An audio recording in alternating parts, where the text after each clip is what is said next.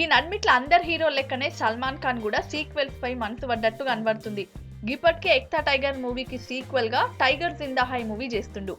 Ekta tiger లా Salman Khan పక్కపొంట act చేసిన Katrina కైఫే ఈ సినిమాలో హీరోయిన్ గా యాక్ట్ చేస్తుంది. కానీ సినిమాను మాత్రం కబీర్ ఖాన్ కాకుండా సుల్తాన్ సినిమాతో సల్లుబాయ్ కి అద్దరిపోయే హిట్ అందించిన అలీ అబ్బాస్ జఫర్ డైరెక్ట్ చేస్తుండు.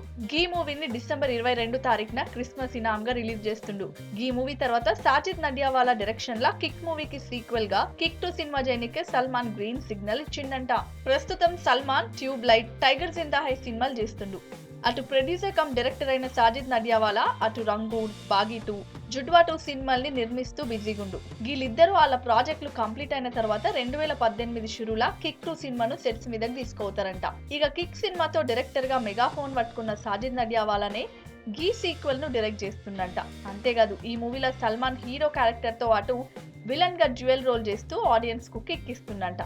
ఏమైనా క్రేజీ కాంబినేషన్ లో రాబోతున్న ఈ మూవీపై బాలీవుడ్ లో అప్పుడే అంచనాలు షురు అయినాయి.